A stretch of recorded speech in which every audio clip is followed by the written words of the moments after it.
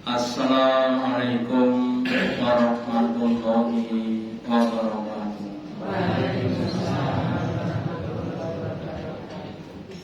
Alhamdulillahilladzi at'amana bi ni'matil imani wal islam.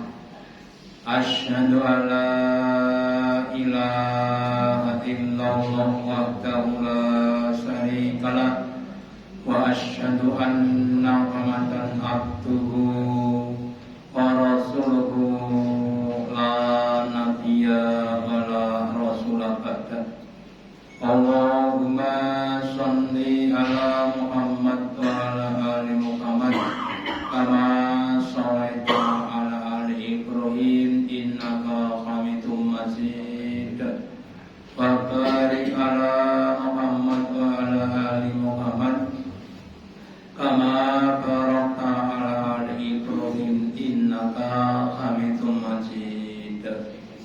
Qala Allahu ta'ala fi kitabil karim. A'udzu billahi minasy syaithanir rajim. Ya ayyuhalladzina amanu ittaqullaha haqqa tuqatih wa la tamutunna illa wa antum muslimun. Bapak Ibu hadirin yang dirahmati Allah Ta'ala, yang pertama dan utama, marilah kita selalu meningkatkan, menambahi kesyukuran kita, keimanan dan ketakwaan kita kepada Allah Ta'ala, dan yang telah memberikan kepada kita kenikmatan-kenikmatan yang banyak. Semoga dengan kesyukuran kita Allah Ta'ala berkenan memberikan kepada kita kenikmatan yang lebih banyak, lebih baik dan lebih sempurna dunia sampai di akhirat. Amin. Bapak Ibu hadirin yang dirahmati, dalam kehidupan kita sehari biasa kita dengar istilah atau kata-kata bodoh dan pinter. Ya, secara umum orang itu senang kalau diarani wong pinter. Ya, boten senang nek diarani wong bodoh, meskipun jane ya sok bodoh bareng. Ya. Lah kemudian antara bodoh dan pinter itu ukurannya apa? Ya, parameternya apa? Atau dalam hal-hal tertentu orang tuh jadi pintar tapi di bidang dia jadi bodoh, ya. Bahkan ada orang yang bangga dengan kebodohan, ya. Ada paranormal yang menjadikan dirinya dengan julukan Ki Joko, ya. Meskipun nanti akhirnya beliaunya itu kemudian tobat, ya. Tobat kemudian mencukur rambutnya yang gondrong itu, kemudian Islam, ya. Akhirnya dia masuk Islam, akhirnya dia makin dalam Islam. Itu bodohnya ini, ya.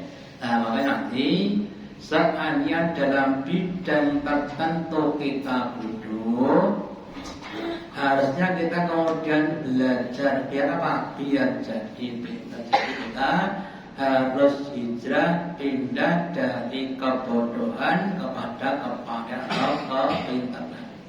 Kenapa? Karena di dalam Islam orang pintar itu punya kedudukan yang mulia dibanding dengan orang bodoh.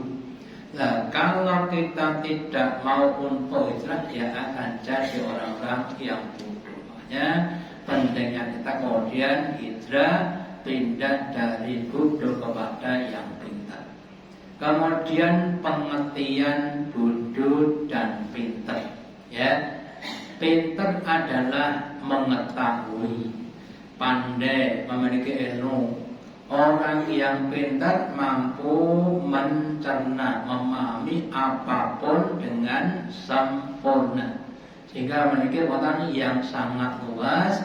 Dan pengetahuan tersebutlah yang menjadi senjata utamanya, ya. Orang kan juga dikenal akan biasanya disiplin, teratur, sehingga ya satu mengenal setiap hari yang diperintahkan. Itu adalah cirinya orang-orang yang pintar, ya.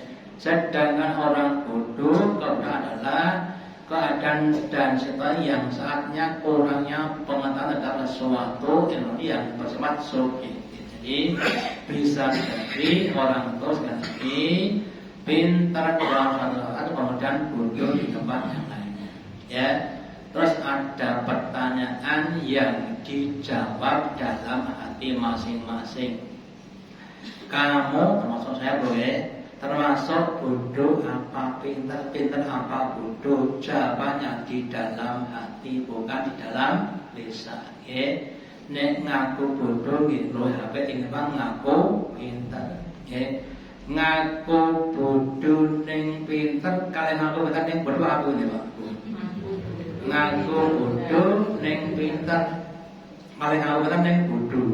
Ya, itu lebih baik ngaku bodoh tapi pintar. Ya. Lah apa bedanya bodoh dengan pintar?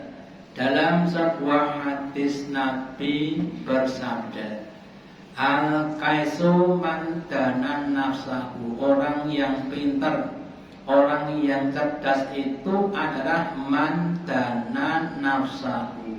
Siapapun orangnya, dimanapun rumahnya, yang dia itu mampu untuk mengendalikan nafsunya, itu orang-orang yang pintar.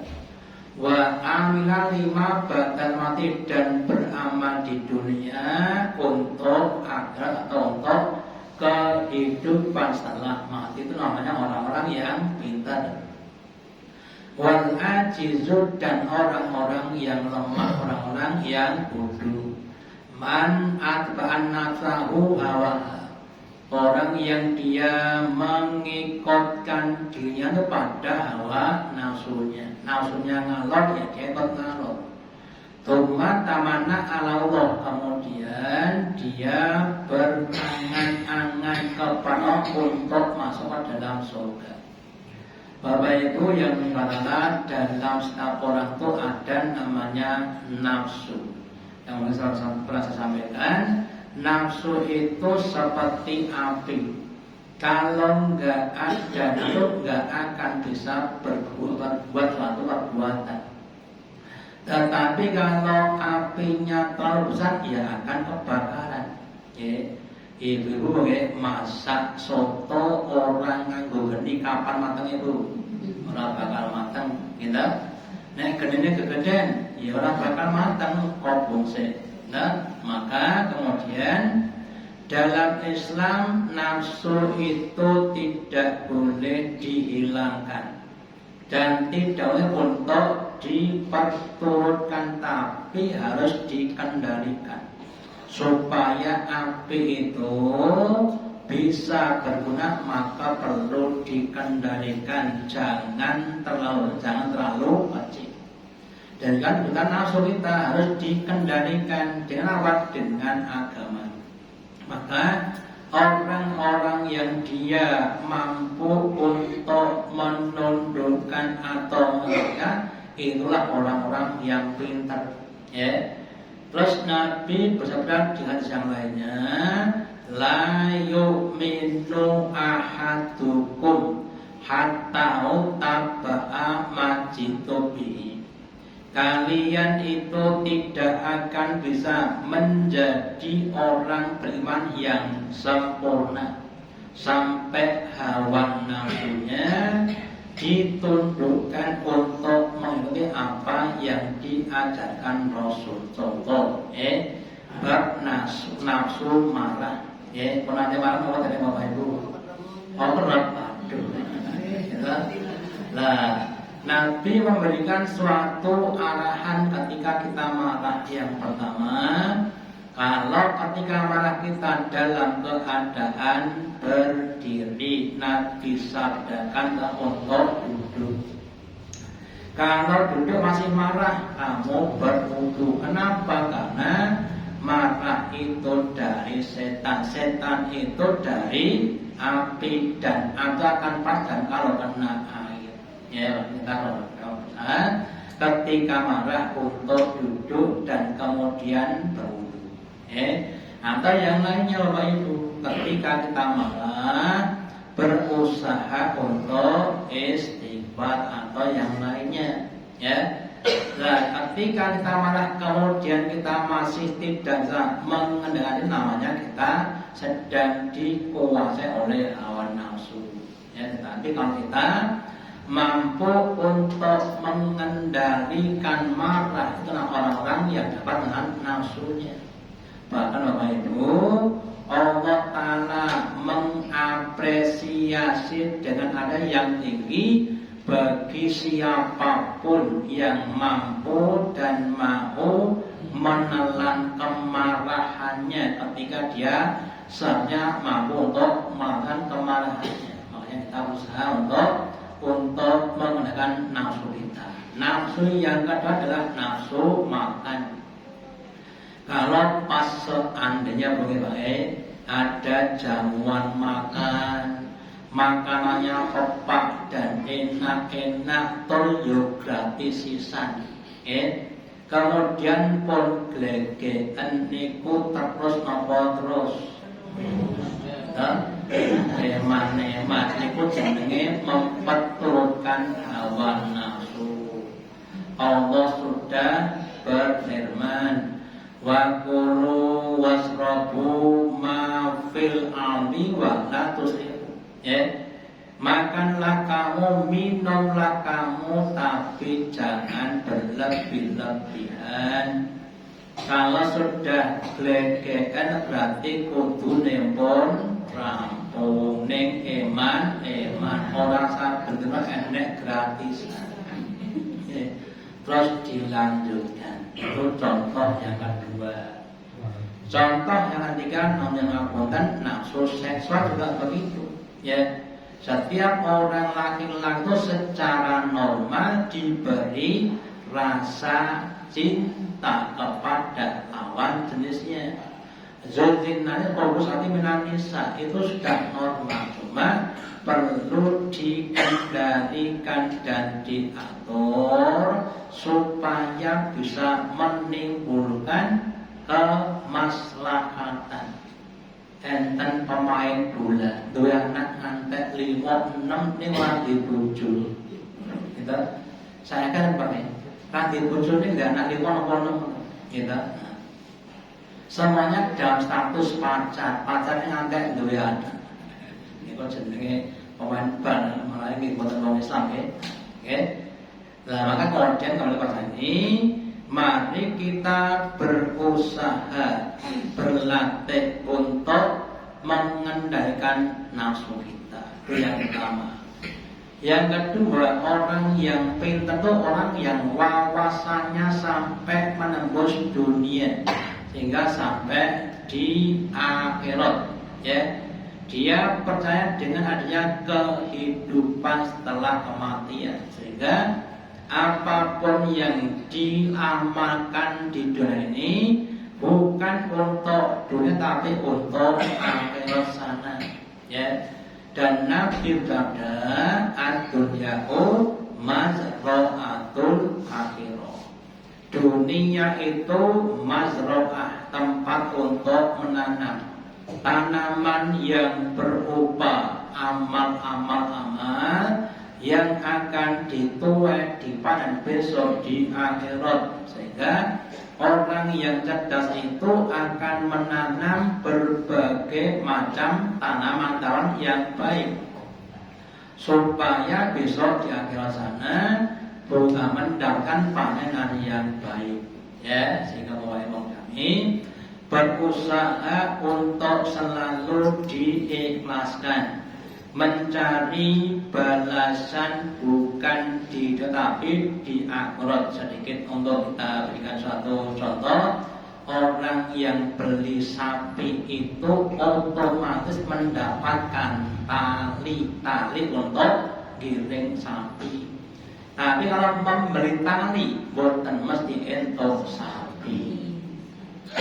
Orang yang menanam padi pasti tumbuh rumput dan padi. Kalau nanam rumput, kita pakai dukun. Wong tumbas motor entuk jaket kalih helm. Nek tumbas helm, motor entuk motor begitu. Tumbas helm untuk motor, kok tumbas helm? Itu contoh saja untuk memahami bahwa kalau yang kena untuk akan bawa ibu tidak yang kita tidak dapat dunia itu pasti dapat dunia dan akhirat. Tapi kalau niatnya untuk cari dunia saja, ya dapatnya dunia saja. Makanya monggo semuanya ibadah kita, sholat kita, termasuk kita berbakti kepada orang tua. Itu tujuannya jangan untuk dunia tapi untuk akhirat sana. Saya itu punya tetangga enggak apik belas. Kenapa? Tak apik bolak-balik kono ngelaki terus. Ora tau bales apik belas. Kita rugi aku ditambah kowe. Namanya orang yang tidak ya sudah sewajarnya orang itu dengan kemampuannya masing-masing. Ya, asal kita ikhlaskan Bapak Ibu, insyaallah Allah akan membalas kita dunia sampai besok ya Allah. Terus wal ajizu dan orang-orang yang lemah, orang-orang yang bodoh adalah man atba'an nasawaha. Orang yang dia mengikutkan dirinya itu pada hawa nafsunya. Pengen marah, kabeh dia mau terus orang deng yo dia mau sisan.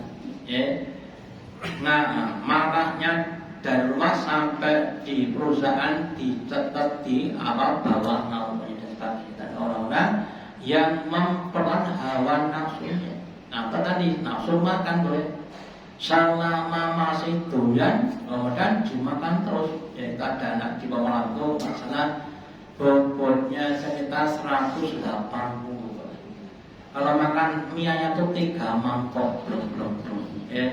Nggak bisa duduk, misalnya cuma melekap.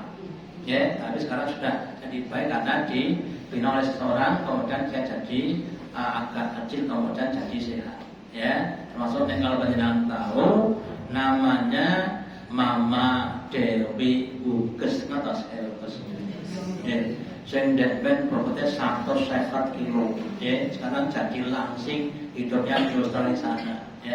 Itu orang yang menggunakan seperti itu, makannya banyak kemudian jadinya tadi. Itu untuk makan. Atau mau saja orang yang hawa nafsu seksualnya. Nek panjenengan atau sing jenenge pengacara Hotman Paris Sitokul mesti gandeng ayo malam ya. Gandeng wong wedok nom kabeh ayo kabeh. Kita ning boten bojone. Kita adalah orang yang memperoleh hawa nafsunya. Sudah begitu tumak tanah Allah. Kemudian kalau ditanya, kamu besok kalau diangkat pengen surga panraka, pengen surga, modalmu apa? Sudah banyak dosanya, jadi pengen nebus surga, modalmu apa? Suatu tamanan atau angan yang tidak akan tercapai meskipun nanti bisa saja orang itu kemudian tobat ya bisa sebelum kematiannya ya bisa, tapi secara normal itu tidak mudah terjadi. Makanya kita semuanya berusaha menjadi orang-orang yang pintar dengan cara mengendalikan nafsu kita dan kemudian kita beramal di dunia untuk akhirat. Kemudian supaya jadi orang pintar maka perlu namanya ilmu. Maka dalam hadis lain dikatakan man arada dunya falahi bil. Barang siapa yang ingin mendapatkan kebahagiaan, kesuksesan, maka untuk mendapat dibutuhkan ilmu. Ya, pengen jadi pengusaha ya kamu belajar ilmu tentang pengusaha. Pengen jadi dokter terkenal, ya ahli dalam bidang tertentu ya kita harus pada ilmu kedokteran. Ya, karena dalam akhirat paling ilmi. Demikian juga jika kamu pengen mendapatkan kemuliaan agar masuk surga yang paling nopo, paling dulu kamu bisa dewe, paling dulu dewe suatu nopo. Maka untuk benar dibutuhkan ilmu. Silakan nanti dibuka di surat Al-Mu'minun, ya, itu adalah tiket masuk ke surga Firdaus, ya. Nek pengen juga buka mengamal di kita. Mana tentunya wal akhirat. Dan yang ketiga, barang siapa yang kepengen mendapatkan kesehatan dunia dan akhirat, maka untuk mencapainya juga dibutuhkan yang namanya ilmu. Jadi tidak ada cita-cita yang dicapai tanpa adanya ilmu. Ya, ilmu saya kadang-kadang belum cukup, maka perlu untuk diamalkan. Makanya kita harus berusaha untuk mencari ilmu apapun, yang penting bermanfaat. Maka di dalam Islam mencari ilmu adalah kewajiban bagi setiap muslim dan muslimat. Talabul ilmi fardhun ala muslim wal muslimat. Mencari ilmu adalah perkara yang fardu, perkara yang wajib, harus dilakukan oleh orang-orang Islam, baik laki maupun perempuan. Mencarinya kapan? Sejak akhirat sampai kita meninggal dunia saja. Sebelum meninggal tetap masih wajib untuk mencari ilmu. Ya, terus kemudian ilmu tadi perlu kita amalkan supaya bisa menimbulkan namanya hasil. Ilmu yang tidak diamalkan namanya yang tidak sempurna. Bagaikan pohon tanpa buah. Ada mengatakan al ilmu bila amalin, katanya bila tamarin. Ilmu tanpa amal itu bagaikan pohon tanpa buah. Ya, pohonnya besar, ya, daunnya rindang tapi nggak ada buahnya. Cuma sekedar sebagai iyo-iyo kurang maksimal. Ya, kemudian mencari ilmu harus dengan niat yang ikhlas. Karena apa itu? Karena ilmu hakikatnya yang punya adalah Allah Ta'ala. Ya. Dan penting yang kita berdoa untuk minta ilmu kepada Allah. Ya. Sampaikan doa yang bahasa kita adalah Rabbi zidni ilma warzuqni fahma. Ya, ya Allah, tambahlah kepada ilmu dan berikan kepada kami namanya kepahaman. Faham itu adalah ngerti dan melakukan, namanya paham. Ya, kalau tidak arti namanya tidak paham. Ya, contoh saja. Sudah tahu gue ngerasanya itu dosa, ngaji ngerasanya berarti belum paham. Ini uang beri pantau, ini kalau aku beri pantau ini buat buatan apa bu? Buatan itu. Monggo, semuanya termasuk saya untuk banyak introspeksi apakah masih ada ilmu yang belum kita terus kita lakukan. Kemudian contoh perbuatan orang yang bodoh. Dalam sebuah hadisnya Nabi bersabda atau bertanya, wahai sahabat, ayyakum malu wa'itihi ahabu ilaihi min malihi. Wahai sahabat, siapakah di antara kamu yang harta itu lebih dinat dibanding dengan hartanya sendiri? Ya.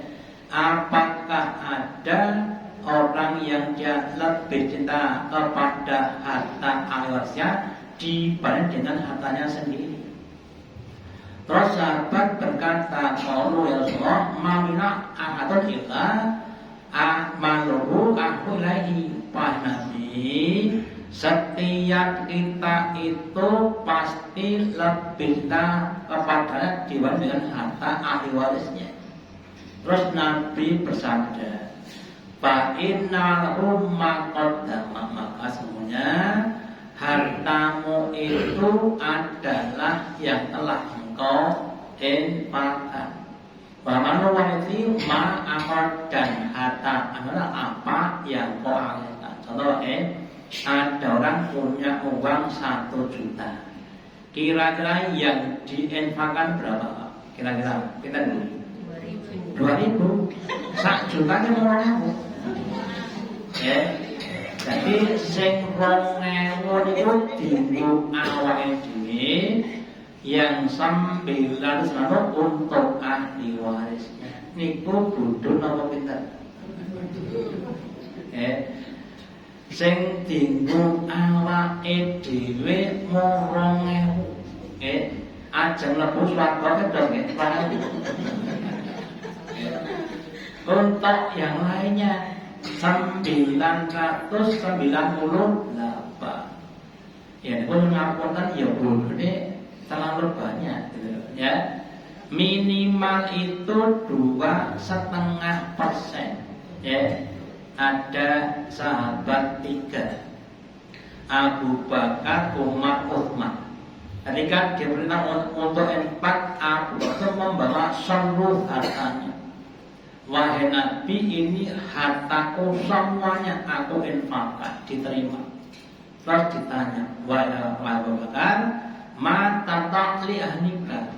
Loh, kalau kamu serahkan semuanya, kemudian untuklah kamu apa? Abu Bakar berkata, tatul hari Allah. Aku tinggalkan untuk aku Allah dan Rasul. Saya yakin Allah akan mengganti. Esok-esok dari pagi-pagi Bedit 200 terus ditlakne kabeh, yakinnya nanti siang ada balasan. Mata itu kalau arti kangen apa badan Pak? 200 kabeh ditlakan empul enek. Nggih. Niku kelasnya minimal kelas kiai. Mboten mau kelas pusat, kelas kiai. Nggih. Kan cerita ada seorang kiai dicosi oleh jamaknya 10 kg beras. Kemudian sama Bu Yai dikatakan ini ada infak 10 kg beras. Ya udah, terus di tanah semuanya, ya, untuk anak-anak muda. Jadi sahur itu kemudian di tanah semuanya, ya. Kemudian tanya lansia, nanti yang ada, ya ada, gitu. Siangnya juga ada, kelas kiai Bu, bukan kelas ustaz. Orang kelas murid katakan dolekan. Ada juga dari sini kurang lebih 3 kilo dari sini, ya. Saya pernah datang ke sana. Saya tanya, "Ustaznya kemana?" "Kasih Ampura." "Kasih Ampura?" "Iya." "Terus gimana? Anak pondok?" "Ya nanti ini ada makanan." "Lansia?" "Ya belum tentu ada makanan. Tapi nanti mesti ada, insya Allah ada. Tapi belum ada. Tapi insya Allah ada." "Ya ada tenang." Gitu. Kenapa yakinnya kayak begitu? Ya. Itu bahasa saya itu artinya bukan dan toko demo, ya. Kalau kita kan kalau toko satu atau toko 2, biur. Oke, kadang-kadang saya ngomong sama saya tuh ngerasain pada saya, wong litera jamak. Saya tuh ngerasain saya tak sendiri, wong litera jamak. Infak kokmu 10.000, wong litera 10.000, kalau 10.000 datang jujur. Kalau suka ustaz. Kalau saya sendiri, itu seperti itu. Yakin itu belum sampai di situ, ya. Makanya lagi bahwa itu kita masih mau saja, masih sangat-sangat butuh dan hal seperti itu. Ya, monggo kemudian ditingkatkan, ya, sesuai dengan keadaan kita masing-masing, ya.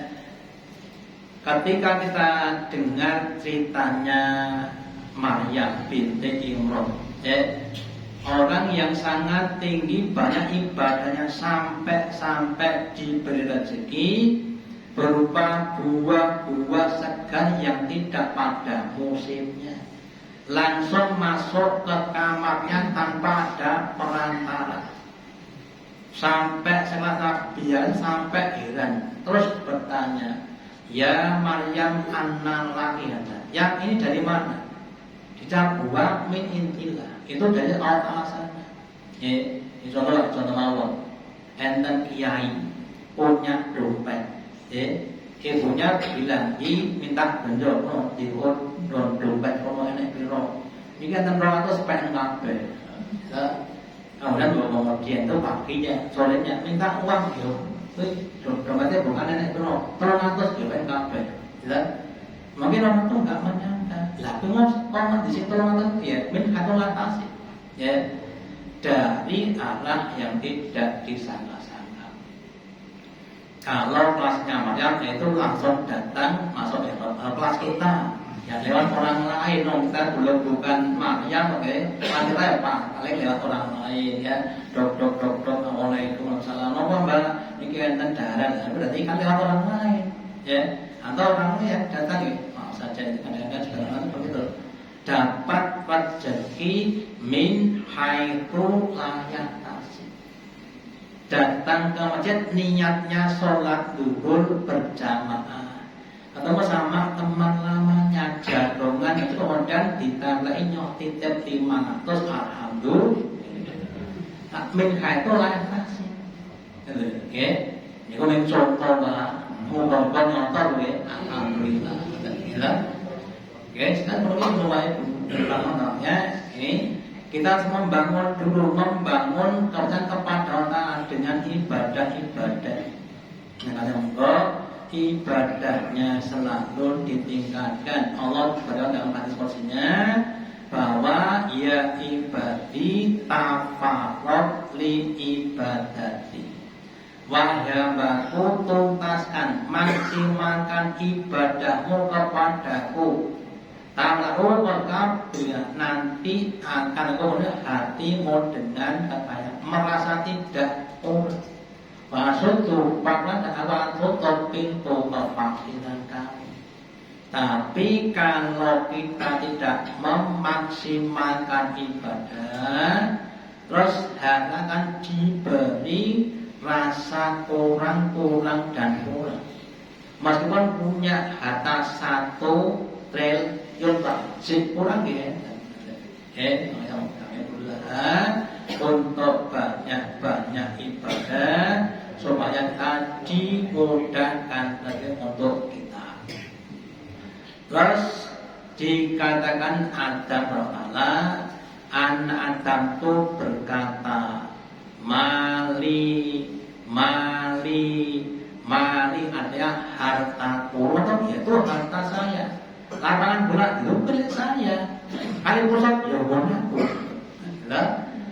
Benar katakan doa laka yang Adam, tidaklah buat kamu kecuali apa yang kamu makan, apa yang kamu pakai, apa yang kamu naiki. Ada orang punya harta 1 triliun, yang dimakan ya paling bahasan sepiring nasi, atau mungkin baju ya paling 2 atau 3 yang dipakai, masuk baju 20 kandelir gitu. Yang paling ya kaos dalam, baju, kemudian celana, yang paling tambah apa itu jaket atau jas, maksudnya senang jas 30. Ya, punya mobil 525 mobil kabeh. Sing dino pinten, Mbak? Yang dipertanggungjawabkan semuanya. Itu kan namanya orang bodoh. Dan warung maam tempe siji kon bayar 5 purun mboten. Masih kok bayar 5 nganggo mobil siji tapi yang ditan 525. Ya. Sultan Bolkiah di mana itu Brunei itu mobilnya 520 itu baru mobilnya, belum pesawatnya, belum kapal pesiarnya, tapi yang dipakai cuma 1. Makanya baikku saenak-enake wong niku nek dadi wong Islam. Kenapa? Karena rezekinya pas-pasan. Ya mungkin pas luwih enten soto alhamdulillah. Pas ngantuk enten kasut alhamdulillah. Butuh 10 juta enten 10 juta alhamdulillah. Dan boten terlalu besar, nanti tidak mau susah untuk mempertanggungjawabkan dan tidak terlalu masih tidak boleh utang. Kita yang pas-pasan mau.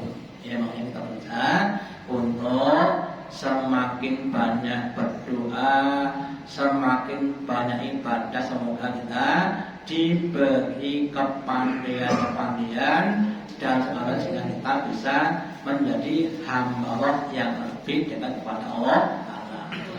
Dan ini sampaikan kepada manfaatnya. Allahumma taqabbal minna innaka antas samiul alim wa tub alaina innaka antat tawwabur rahim. Dengan doa majelis subhanallah wa bihamdika asyhadu an la ilaha illa anta astaghfiruka wa atubu ilaik. Wassalamualaikum warahmatullahi wabarakatuh.